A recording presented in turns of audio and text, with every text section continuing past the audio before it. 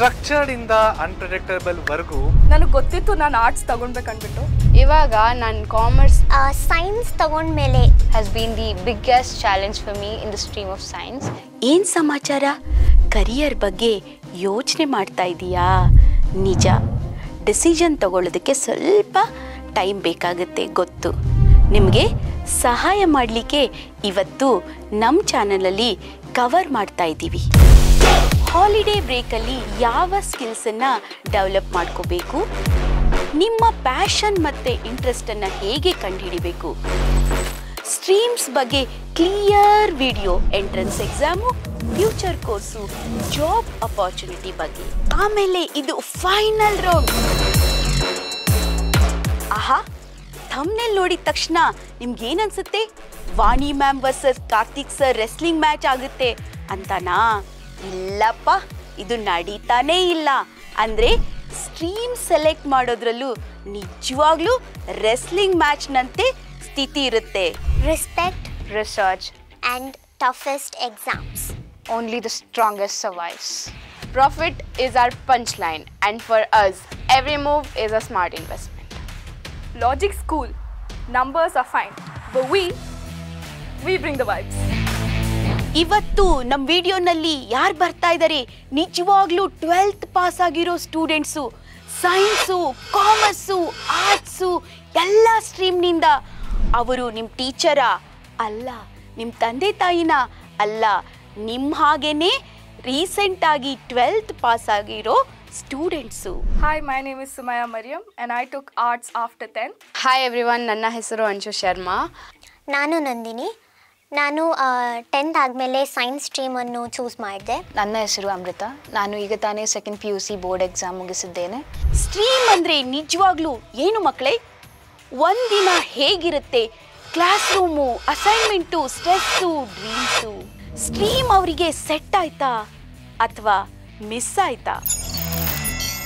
ಈಗ ನಮ್ಮ special guest ರಿಂಗಿಗೆ ರೆಡಿ. Wrestling bout 1. ನಿನ್ನ ಸ್ಟ್ರೀಮ್ನ 3 ವರ್ಡ್ನಲ್ಲಿ ಡಿಸ್ಕ್ರೈಬ್ ಮಾಡಬೇಕು ಅಂದರೆ ಏನು ಹೇಳ್ತೀಯಾ? ನನ್ನ ಸ್ಟ್ರೀಮ್ಗೆ 3 ವರ್ಡ್ಸಲ್ಲಿ ಡಿಸ್ಕ್ರೈಬ್ ಮಾಡಬೇಕಂದ್ರೆ ಕ್ರಿಯೇಟಿವಿಟಿ, ಇಂಟ್ರೋಸ್ಪೆಕ್ಷನ್ ಮತ್ತು ಲಿಬ್ರೇಷನ್. ಲಿಬ್ರೇಷನ್ ಯಾಕಂದರೆ ಸೈನ್ಸ್ ಅವರು ಫಾರ್ಮುಲಾಸ್ ಫಾಲೋ ಮಾಡ್ತಾರೆ, ಕಾಮರ್ಸ್ ಅವರು ಮನಿ, ಬ್ಯಾಂಕಿಂಗ್, ಮಾರ್ಕೆಟ್ ಇದೆಲ್ಲ ಫಾಲೋ ಮಾಡ್ತಾರೆ. ಆದರೆ ಆರ್ಟ್ಸ್ ಅವರು ನಾವು ನಮ್ಮ ಥಾಟ್ಸ್ ಫಾಲೋ ಮಾಡ್ತೀವಿ. ನಮಗೆ ಬೇರೆಯವ್ರ ಥರ ಮಾರ್ಕ್ಸ್ ಬೇಡ, ನಮಗೆ ಬೇರೆಯವ್ರ ಥರ ವ್ಯಾಲಿಡೇಷನ್ ಬೇಡ, ನಮಗೆ ನಮ್ಮ ಥಾಟ್ಸು ಆ ಸ್ಪೇಸ್ ಕೊಡುತ್ತೆ ಥಿಂಕ್ ಮಾಡೋಕ್ಕೆ ಮತ್ತು ಯಾವಾಗಲೂ ನಮ್ಮ ಮನಸ್ಸಲ್ಲಿ ಏನಿದೆ ಅದು ಮಾತಾಡೋಕ್ಕೆ. That is why liberation. Creativity, because arts ಬಂದ್ಬಿಟ್ಟು ಕ್ರಿಯೇಟಿವಿಟಿಗೆ ಒಂದು ಫೀಲ್ ಥರ. ಎಷ್ಟು ಬೇಕು ಅಷ್ಟು ಕ್ರಿಯೇಟಿವ್ ಆಗ್ಬೋದು. ನೀವು ಹೆಂಗೆ ಓದ್ತೀರಾ, ನೀವು ಹೆಂಗೆ ನಿಮ್ಮ ಥಾಟ್ಸನ್ನು ಎಕ್ಸ್ಪ್ರೆಸ್ ಮಾಡ್ತೀರಾ ಮತ್ತು ನೀವು ಹೆಂಗೆ ಕ್ಲಾಸಲ್ಲಿ ಎಂಗೇಜ್ ಮಾಡ್ತೀರಾ, ಎಲ್ಲದಕ್ಕೂ ನಿಮ್ಗೆ ಸ್ಪೇಸ್ ಕೊಡ್ತಾರೆ. ಆರ್ಟ್ಸಲ್ಲಿ ಇದೊಂದು ಸಿಕ್ಕುತ್ತೆ, ಬೇರೆ ಸ್ಟ್ರೀಮ್ಸಲ್ಲಿ ಇಷ್ಟೆಲ್ಲ ಕ್ರಿಯೇಟಿವಿಟಿ ಕೊಡಲ್ಲ. ಇಂಟ್ರೋಸ್ಪೆಕ್ಷನ್, ಬಿಕಾಸ್ ಆರ್ಟ್ಸಲ್ಲಿ ನಾವು ಜಗತ್ತಲ್ಲಿ ಏನು ನಡೀತಾ ಇದೆ ಅದು ಓದ್ತೀವಿ. ಸೈನ್ಸಲ್ಲಿ ಇವಾಗ ಫಾರ್ಮುಲಾಸ್ ಎಲ್ಲ ಆಗೋಗ್ಬಿಟ್ಟಿದೆ, ಇಲ್ಲಿ ವರ್ಲ್ಡ್ ಹೆಂಗೆ ವರ್ಕ್ ಆಗುತ್ತೆ ಅಂತ ಹೇಳ್ತಾರೆ. ಆದರೆ ನಾವು ಈ ವರ್ಲ್ಡಲ್ಲಿ ಮನುಷ್ಯ ಯಾಕಿರೋದು, ನಾವು ಯಾಕಿರೋದು, ಇಲ್ಲಿ ನಮ್ಮ ಕೆಲಸ ಏನು, ಅದ್ರ ಬಗ್ಗೆ ನಾವು ಓದ್ತೀವಿ. ಇವಾಗ ನಾನು ಕಾಮರ್ಸ್ನ 3 ವರ್ಡಲ್ಲಿ ಡಿಸ್ಕ್ರೈಬ್ ಮಾಡಿದ್ರೆ that would be passionate, visionary and logical. Passionate ಯಾಕಂದರೆ ನಾನು ಈ ವಿಷಯ ಪ್ರತಿ ತುಂಬ ಉತ್ಸಾಹ ಇತ್ತು. ಅದಕ್ಕೆ ನಾನು ನನ್ನ ಒಂದು ಬಿಸ್ನೆಸ್ ಸ್ಟಾರ್ಟ್ ಮಾಡಬೇಕಂತ ಅಂದ್ಕೊಂಡಿದ್ದೀನಿ. That's why I have chosen commerce. Logical ಯಾಕಂದರೆ ಇದೆಲ್ಲ ಲಾಜಿಕ್ ಬೇಸ್ಡ್ ಆಗಿದೆ. the concepts of commerce, the structure and the formulas of it. Visionary ಯಾಕಂದರೆ ಕಾಮರ್ಸ್ ನಮಗೆ ಟೀಚ್ ಮಾಡುತ್ತೆ problem solving, which will help us to reach our long term goals. Science ಇದನ್ನು ನಾನು 3 ಪದದಲ್ಲಿ describe ಮಾಡುವುದಾದರೆ, ಮೊದಲಿಗೆ ಇನೋವೇಷನ್, ಎರಡನೇದು ಎಕ್ಸ್ಪೆರಿಮೆಂಟಲ್, ಮೂರನೇದು ಕ್ಯೂರಿಯಾಸಿಟಿ. ಈ 3 ಪದಗಳನ್ನ ನಾನು ಸೈನ್ಸ್ನ major stream of study which is physics, ಭೌತಶಾಸ್ತ್ರ, ಕೆಮಿಸ್ಟ್ರಿ, ರಾಸಾಯನಶಾಸ್ತ್ರ ಮತ್ತು ಬಯಾಲಜಿ, ಜೀವಶಾಸ್ತ್ರದೊಂದಿಗೆ ಅಸೋಸಿಯೇಟ್ ಮಾಡ್ಕೊತೀನಿ. ಇನೋವೇಷನ್ ಇದನ್ನು ನಾನು ಫಿಸಿಕ್ಸ್ ಜೊತೆ ಅಸೋಸಿಯೇಟ್ ಮಾಡೋಕ್ಕೆ ಇಷ್ಟಪಡ್ತೀನಿ. ಯಾಕಂದರೆ ಫಿಸಿಕ್ಸ್ ಪ್ರತಿಯೊಂದು ಚಾಪ್ಟರ್ ಕಲಿಯುವ ಸಂದರ್ಭದಲ್ಲಿ ಹೊಸದಾದನ್ನು ನಾವು ಕಲಿತೇವೆ, ನವೀನವಾದ ವಿಷಯಗಳನ್ನು ತಿಳಿದುಕೊಳ್ಳುತ್ತೇವೆ. ಮೊದಲಿಗೆ ಸ್ವಲ್ಪ ಚಾಪ್ಟರ್ಸಲ್ಲಿ ಹೊಸ ಲಾಸ್ ಕಲ್ತ್ಕೊಂಡ್ರೆ ಮತ್ತು ಹಲವು ಚಾಪ್ಟರಲ್ಲಿ ಹೊಸ ಪ್ರಾಪರ್ಟೀಸ್ ಕಲ್ತ್ಕೋತೀವಿ.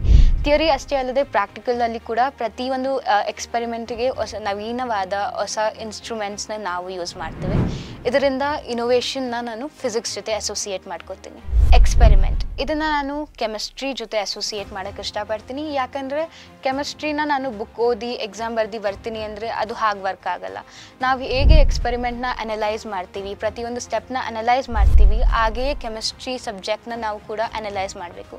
ಥಿಯರಿಯಲ್ಲೂ ಅಷ್ಟೇ, ಪ್ರಾಕ್ಟಿಕಲ್ ಅಲ್ಲಿನೂ ಅಷ್ಟೇ. ಯಾವ ರಿಯಾಕ್ಷನ್ಗೆ ಯಾವ ರಿಯಾಕ್ಟೆನ್ಸ್ನ ಯೂಸ್ ಮಾಡ್ತೀವಿ, ಯಾವ ಕ್ಯಾಟಲಿಸ್ಟ್ನ ಯೂಸ್ ಮಾಡ್ತೀವಿ ಮತ್ತು ಯಾವ ಪ್ರಾಡಕ್ಟ್ ಯೂಸ್ ಆಗುತ್ತೆ, ಇದರಿಂದ ಬರುತ್ತೆ ಅನ್ನೋದನ್ನ ನಾವು ಇಲ್ಲಿ ತಿಳ್ಕೊಳ್ತೇವೆ. ಅದಕ್ಕೆ ಎಕ್ಸ್ಪೆರಿಮೆಂಟ್ನ ನಾನು ಕೆಮಿಸ್ಟ್ರಿ ಜೊತೆ ಅಸೋಸಿಯೇಟ್ ಮಾಡ್ಕೋತೀನಿ. ಕ್ಯೂರಿಯಾಸಿಟಿ ಈ ವರ್ಡ್ನ ನಾನು ಬಯಾಲಜಿ ಜೊತೆ ಅಸೋಸಿಯೇಟ್ ಮಾಡೋಕ್ಕೆ ಇಷ್ಟಪಡ್ತೀನಿ. ಯಾಕಂದರೆ ಬಯಾಲಜಿ ಈಗಿನಿಂದಲೂ ಅಲ್ಲ, ಮೊದಲಿನಿಂದಲೂ ನನಗೆ ಅತ್ಯಂತ ಪ್ರಿಯವಾದ ವಿಷಯವಾಗಿತ್ತು. ಇದರಿಂದಾಗಿ ಬಯಾಲಜಿ ನನ್ನ ಪ್ರಕಾರ it was nothing but study of your own life and the functions ಮತ್ತು ಪರಿಸರದಲ್ಲಿರುವ ಅನ್ಯ ಜೀವಿಗಳ ಬಗ್ಗೆ ತಿಳಿದುಕೊಳ್ಳುವುದು. ಈಗ ತಿಳಿದುಕೊಳ್ಳುವ ಸಮಯದಲ್ಲಿ ನನಗೆ ಹಲವಾರು ಕುತೂಹಲಕಾರಿ ಪ್ರಶ್ನೆಗಳು ಮೂಡುತ್ತದೆ. ಉದಾಹರಣೆಗೆ ಒಂದು ಸಣ್ಣ cell which is the unit of life ಹೇಗೆ ಒಂದು ದೊಡ್ಡ ಆರ್ಗ್ಯಾನಿಸಮ್ಗೆ ಜೀವ ನೀಡುತ್ತದೆ, ಹಾಗೆಯೇ ಮತ್ತು ಒಂದು ಸಣ್ಣ ಮೈಕ್ರೋ ಆರ್ಗ್ಯಾನಿಸಮ್ ಈ ಎಂಟೈರ್ ದೊಡ್ಡ ಕಾಂಪ್ಲೆಕ್ಸ್ ಆರ್ಗ್ಯಾನಿಸಮ್ನ ಎಂಟೈರ್ ಫಂಕ್ಷನ್ ಚೇಂಜ್ ಮಾಡುವ ಕೆಪಾಸಿಟಿ ಆ ಮೈಕ್ರೋ ಆರ್ಗ್ಯಾನಿಸಮಲ್ಲಿರುತ್ತೆ. ಈ ಥರ ಕುತೂಹಲಕಾರಿ ಕ್ವೆಶನ್ಸ್ ನನಗೆ ಬಯಾಲಜಿ ಓದುವ ಸಂದರ್ಭದಲ್ಲಿ ಅರೈಸ್ ಆಗುತ್ತೆ. ಇದರಿಂದ ಕ್ಯೂರಿಯಾಸಿಟಿ ಇದನ್ನು ನಾನು ಬಯಾಲಜಿ ಜೊತೆ ಅಸೋಸಿಯೇಟ್ ಮಾಡ್ಕೊತೀನಿ. ಸೈನ್ಸನ್ನು ನಾನು 3 ವರ್ಡ್ಸಲ್ಲಿ ಡಿಸ್ಕ್ರೈಬ್ ಮಾಡಬೇಕಂದ್ರೆ ಅದು ನನಗೆ ಕಾಂಪಿಟೇಟಿವ್, ಚಾಲೆಂಜಿಂಗ್ ಮತ್ತು ಡೈವರ್ಸ್ ಅಂತ ಹೇಳ್ತೀನಿ. ಇದು ಯಾಕಂದರೆ ಕಾಂಪಿಟೇಟಿವ್ ಬಿಕಾಸ್ ಲೈಕ್ ನೀವು ಸೈನ್ಸ್ ತಗೊಂಡ್ರೆ ಕಾಂಪಿಟೇಷನ್ ತುಂಬ ಹೈ ಇರುತ್ತೆ. ಬಿಕಾಸ್ ತುಂಬ ಕಾಂಪಿಟೇಟಿವ್ಸ್ ಎಕ್ಸಾಮ್ಸ್ ಇರುತ್ತೆ ಆ್ಯಂಡ್ ಇದನ್ನು ಬರೀ ಒನ್ ಸ್ಟೇಟ್ ಬರೆಯೋದಲ್ಲ, ಲೈಕ್ KCET ಥರ. ಲೈಕ್ JEE ಇರುತ್ತೆ, ನೀಟ್ ಇರುತ್ತೆ, CUET ಅಂತ ತುಂಬ ಎಕ್ಸಾಮ್ಸ್ ಇರುತ್ತೆ. ಅದೆಲ್ಲ ನೀವು ಕ್ರ್ಯಾಕ್ ಮಾಡಬೇಕು ಅಂದರೆ ಆಲ್ ಓವರ್ ಇಂಡಿಯಾಯಿಂದ ಬರೀತಾರೆ. So it is very competitive. ಆದರೂ it is very diverse because ನೀವು ಸೈನ್ಸ್ ತಗೊಂಡ್ರೆ you have that strong base, ನಾನೇನು ಬೇಕಾದರೂ ಮಾಡ್ಬೋದು ಅಂತ. ಲೈಕ್ ಸೈನ್ಸ್ ತಗೊಂಡು ನೀವು like growing fields like AI ಆಗ್ಬೋದು, or medicines or like astronauts ಏನಾದರೂ ಆಗ್ಬೋದು. ಸೈನ್ಸ್ ತಗೊಂಡ್ರೆ ಲೈಕ್ ತುಂಬ ಡೈವರ್ಸ್ ಆಪರ್ಚುನಿಟಿ ರಿಚ್ ಫೀಲ್ಡ್ ಅಂತ ಹೇಳ್ತೀನಿ ನಾನು ಸೈನ್ಸ್. ಆದರೆ it will be little bit challenging. Like the subjects in the science like physics, chemistry, maths, especially maths ಅದವೆಲ್ಲ ತುಂಬ ಚಾಲೆಂಜಿಂಗ್ ಆಗಿರುತ್ತೆ. ಬಿಕಾಸ್ ನಾವು ಸ್ವಲ್ಪ ಅಪ್ಲೈ ಮಾಡಬೇಕು ಬ್ರೈನನ್ನು. ಸೊ ಅದಕ್ಕೆ 3 ವರ್ಡ್ಸ್ ಆದರೆ ಟೋಟಲಿ ಡಿಫ್ರೆಂಟ್ ವರ್ಲ್ಡ್ಸ್. ಇಲ್ಲಿ ಪ್ರತಿ ಸ್ಟ್ರೀಮಿನ ವೈಬು ಜಸ್ಟ್ ಅಕಾಡೆಮಿಕ್ ಅಲ್ಲ. ಯಾವ ರೀತಿ ಇದೆ ಮತ್ತೆ ವೈಬು? ಎಮೋಷನಲ್, ಮೆಂಟಲ್ ಹಾಗೂ ಸೋಷಿಯಲ್. ಸ್ಟ್ರಕ್ಚರ್ಡ್ ಇಂದ ಅನ್ಪ್ರೆಡಿಕ್ಟಬಲ್ ವರ್ಗೂ ಎಲ್ಲ ಸ್ಟ್ರೀಮ್ಗಳು ಅದರದೇ ಆದ ಓನ್ ಟೋನ್ನ ಸೆಟ್ ಮಾಡುತ್ತೆ. ಇದು ಕಷ್ಟ ಆಗುತ್ತೆ ನಿಜ. ಇದು ಜಸ್ಟ್ ಮಾರ್ಕ್ಸಿನ ಕತೆ ಅಲ್ಲ, ಸ್ಟ್ರಗಲ್, ಫಿಯರ್ ಹಾಗೂ ಬೌನ್ಸ್ ಬ್ಯಾಕಿನ ಕತೆಗಳು ಕೂಡ ಆಗಿದೆ. ರೆಸ್ಲಿಂಗ್ ಬೌಟ್ 2 ನಿನ್ನ ಬಿಗ್ಗೆಸ್ಟ್ ಚಾಲೆಂಜ್ ಯಾವುದು? ಹೇಗೆ ಹ್ಯಾಂಡಲ್ ಮಾಡಿದೆ? ನನಗೆ ಆರ್ಟ್ಸ್ ತೊಗೊಂಡಾದ್ಮೇಲೆ ಬಿಗ್ಗೆಸ್ಟ್ ಚಾಲೆಂಜ್ ಅಂದರೆ ಜಡ್ಜ್ಮೆಂಟ್ ಇತ್ತು.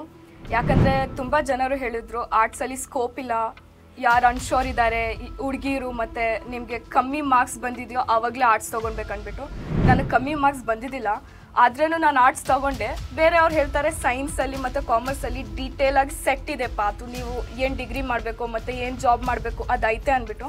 ದಟ್ ಡಸಂಟ್ ಮೀನ್ ಆರ್ಟ್ಸಲ್ಲಿಲ್ಲ ಅಂದ್ಬಿಟ್ಟು. ಈಗ ಆರ್ಟ್ಸ್ ನೀವು ತೊಗೊಂಡ್ರೆ ಇದರಲ್ಲಿ ಸ್ಕೋಪ್ ಏನಂದರೆ ಲಾ ಮಾಡ್ಬೋದು, ನೀವು IAS IPS ಆಗ್ಬೋದು, ನೀವು ಸೈಕಾಲಜಿಯಲ್ಲಿ ಸೈಕಾಲಜಿಸ್ಟ್ ಆಗ್ಬೋದು, ಥೆರಪಿಸ್ಟ್ ಆಗ್ಬೋದು, ನೀವು ಕೌನ್ಸಿಲರ್ಸ್ ಆಗ್ಬೋದು, ಲೆಕ್ಚರರ್ಸ್, ಟೀಚರ್ಸ್, ರೈಟರ್ಸ್ ಆಗ್ಬೋದು, ಮತ್ತು HR ಕೆಲಸ ಇದೆಲ್ಲ ನೀವು ಮಾಡ್ಬೋದು. ನಾನು ನಮ್ಮ ಟೀಚರ್ಸ್ನ ನೋಡಿದೆ, ಎಸ್ಪೆಷಲಿ ಅವರೆಲ್ಲರೂ ಆರ್ಟ್ಸೇ ತೊಗೊಂಡಿರೋದು. ಅವ್ರನ್ನ ನೋಡಿ ಅವ್ರು ಏನು ಕ್ರಿಯೇಟಿವಿಟಿಯಿಂದ ನಮಗೆ ಟೀಚ್ ಮಾಡ್ತಾರೆ ಮತ್ತು ಅವ್ರ ಫೀಲ್ಡ್ಸಲ್ಲಿ ಏನೇನು ಮಾಡ್ತಾರೆ ನೋಡಿ ನನಗೆ ತುಂಬ ಹೋಪ್ ಬಂತು. ಇಟ್ಸ್ ಜಸ್ಟ್ ದಟ್ ನಮಗೆ ಫ್ರೀಡಮು ಇದೆ. ನನಗೆ ಆ ಫ್ರೀಡಮ್ ಬೇಕಿತ್ತು, ಆ ಫ್ರೀಡಮ್ ಸ್ಪೀಕ್ ಮಾಡೋಕ್ಕೆ ಮತ್ತು ಥಿಂಕ್ ಮಾಡೋಕ್ಕೆ ಅದು ಬೇಕಿತ್ತು. ಅದು ಆರ್ಟ್ಸಲ್ಲಿ ಸಿಕ್ತು. ಅವ್ರು ಹೇಳಿದ್ರು, ಜನರು ಹೇಳಿದ್ರು ನನ್ನ ಬಿಲೀಫ್ ಏನಿತ್ತು ಅದನ್ನು ತಗೊಳ್ಬೇಕು, ಅದು ಸ್ವಲ್ಪ ಹಾರ್ಡ್ ಇತ್ತು ನನಗೆ. ಫಾರ್ ಎಕ್ಸಾಂಪಲ್ ನೋಡಿ, ನೀವು ಸೈಕಾಲಜಿಯಲ್ಲಿ ನಿಮಗೆ ಗೊತ್ತಿರಲ್ಲ, ಆದರೆ ನಾವು ಇಂಟೆಲಿಜೆನ್ಸ್ ಏನು, ಥಿಯರೀಸು ಮತ್ತು ಡಿಸಾರ್ಡರ್ಸು, ಇಲ್ಲಿ ADHD, ADD ಇದೆಲ್ಲ ಓದೋವಾಗ ಒಂದು ಥಾಟ್ ಬರುತ್ತೆ, ನಾನು ಏನಾದರೂ ಪೇಷಂಟ್ ಅಂದ್ಬಿಟ್ಟು. ಥಿಂಕ್ ಮಾಡಬೇಡಿ, psychology is fun like that. ನನಗೆ ಬಿಗ್ಗೆಸ್ಟ್ ಚಾಲೆಂಜ್ ಬಂದುಬಿಟ್ಟು ನಾನು ತುಂಬ ಸಮಯದಿಂದ ಹುಷಾರಿರಲಿಲ್ಲ, ಅದಕ್ಕೆ ತುಂಬ ಕ್ಲಾಸಸ್ಸು ಮಿಸ್ ಆಯಿತು, ಅಟೆಂಡೆನ್ಸು ಇರಲಿಲ್ಲ. ಅದರಿಂದ ನಾನು ಅಕೌಂಟೆನ್ಸಿ ಮತ್ತು ಕಂಪ್ಯೂಟರ್ ಸೈನ್ಸಲ್ಲಿ ತುಂಬ ವೀಕ್ ಆದೆ. For accountancy I seeked help from my friend. ಅವಳು ನನಗೆ ಸಮ್ಸ್ ಮತ್ತು ಕಾನ್ಸೆಪ್ಟ್ಸ್ ಎಕ್ಸ್ಪ್ಲೇನ್ ಮಾಡಿದ್ಲು. ಅದೇ ಪ್ರಾಬ್ಲಮ್ಸ್ನ ನಾನು ಬೇರೆ ಫ್ರೆಂಡ್ಗೆ ಎಕ್ಸ್ಪ್ಲೇನ್ ಮಾಡಿಬಿಟ್ಟು ಆ ಕಾನ್ಸೆಪ್ಟ್ ನನಗೆ ತುಂಬ ಚೆನ್ನಾಗಿ ಅರ್ಥ ಆಯಿತು. ಮತ್ತು ಕಂಪ್ಯೂಟರ್ ಸೈನ್ಸಲ್ಲಿ ಸಿಲೆಬಸ್ ತುಂಬ ಜಾಸ್ತಿ ಇತ್ತು, ಅದಕ್ಕೆ ನಾನು I focused on the practicals more. ಮತ್ತು ರೈಟಿಂಗಲ್ಲಿ ಆ್ಯಾವ್ರೇಜ್ ಮಾರ್ಕ್ಸ್ ಬಂತು, ಅದೇ ಸಾಕಿತ್ತು. ಸೊ ಇದೆಲ್ಲ ಪ್ರಿಂಟ್ಔಟ್ಸ್ ನಮ್ಗೆ ಬೇಕಾಗಿರುತ್ತೆ ಕಾಮರ್ಸ್ ಓದೋಕ್ಕೆ. ಇದು ನೋಟ್ಸ್ ಆಫ್ ಎಕನಾಮಿಕ್ಸಲ್ಲಿ ಜಾಸ್ತಿ ಚಾಪ್ಟರ್ಸ್ ಇಲ್ಲ, 12 ಚಾಪ್ಟರ್ಸ್ ಐತೆ ಎಕನಾಮಿಕ್ಸಲ್ಲಿ ಓದೋಕ್ಕೆ. ಅದರಲ್ಲಿ six chapters that is micro economics ಮತ್ತು 6 ಈಸ್ ಮ್ಯಾಕ್ರೋ ಎಕನಾಮಿಕ್ಸ್. ಅದು ಎಕನಾಮಿಕ್ಸ್ದಲ್ಲಿ ಸಿಲೆಬಸ್ ಚೇಂಜ್ ಆಗ್ತಾ ಇತ್ತು, ಹೊಸ ಕ್ವಶನ್ಸು ಇಂಟ್ರೊಡ್ಯೂಸ್ ಮಾಡಿದ್ದಾರೆ. ಅದರಿಂದ ನಮಗೆ ತುಂಬ so many printouts we had to take. ಇದು ಅಕೌಂಟೆನ್ಸಿ, ಇದರಲ್ಲಿ first half of the chapters ಇದೆ, like 6 chapters out of 12 chapters. ಇದರಲ್ಲಿನೂ ಕ್ವಶನ್ಸ್ ಮಾತ್ರ ಐತೆ, ಅವ್ರದ್ದೆಲ್ಲ ಟೆಕ್ಸ್ಟ್ ಬುಕ್ಸ್ ಕೊಡಲ್ಲ, ಪ್ರಿಂಟ್ಔಟ್ ಕೊಡ್ತಾರೆ, ಅದೇ ನಾವು ತಗೊಂಡು ಬರಬೇಕು, ಅದರಿಂದ ಓದ್ಕೊಳ್ಬೇಕು ನಾವು. ಇದು MCQs ಎಲ್ಲ ಕಂಪ್ಯೂಟರ್ ಸೈನ್ಸ್ಗೆ. ಇದರಲ್ಲಿ we can study for the viva questions that we get. ಇದೂ ವೈವಾ ಲಾಸ್ಟ್ ಮಿನಿಟ್ ಕೊಟ್ಟಿದ್ರು, ಇದರಲ್ಲಿಂದ ಬಂತು, 1 year ಬಂತು ಅಷ್ಟೇ. ಮತ್ತು this is the programs that we have in computer science. For the lab we have to carry this every time we go to the lab. ಇದರಲ್ಲಿ 16 C++ program ಇರುತ್ತೆ, ಮತ್ತು 2 HTML and 4 SQL programmes ಇರುತ್ತೆ. ಅದೆಲ್ಲ ನಾವು ಜ್ಞಾಪಕ ಇಟ್ಕೊಳ್ಬೇಕು before the practical exams. And the most important thing that we have in commerce is the calculators. We have calculators in science also, but mainly we use it in the commerce. Science, ವಿಜ್ಞಾನ, the stream in itself is challenging. ನಾನು PUCಗೆ exams ಬರಿತೀನಿ ಮತ್ತು ಬರ್ತೀನಿ, ಇಲ್ಲಿಗೆ ಕತೆ ಮುಗಿಯಲ್ಲ. There is other part of story which is the competitive exams. ಈ competitive exams for example NEET, JEE, KSET ಈ ಥರ ಹಲವಾರು ಕಾಂಪಿಟೇಟಿವ್ ಎಕ್ಸಾಮ್ಸ್ ಇರುತ್ತೆ. ಇದರಲ್ಲಿ ನಾವು ಕರೆಕ್ಟಾಗಿ ನಮಗೆ ಯಾವುದು ಸೂಟ್ ಆಗುತ್ತೆ ಅದನ್ನ ವೈಸಾಗಿ ಚೂಸ್ ಮಾಡಬೇಕಾಗುತ್ತೆ. ಯಾಕೆಂದರೆ ಈ ಕಾಂಪಿಟೇಟಿವ್ ಎಕ್ಸಾಮ್ಸ್ ನಮ್ಮ ಮುಂದಿನ ಎಜುಕೇಷ್ನಲ್ ಇಯರ್ಸನ್ನು ಡಿಸೈಡ್ ಮಾಡುತ್ತೆ ಮತ್ತು ನಮ್ಮ ಮುಂದಿನ ಕರಿಯರ್ನ ಡಿಸೈಡ್ ಮಾಡುತ್ತೆ.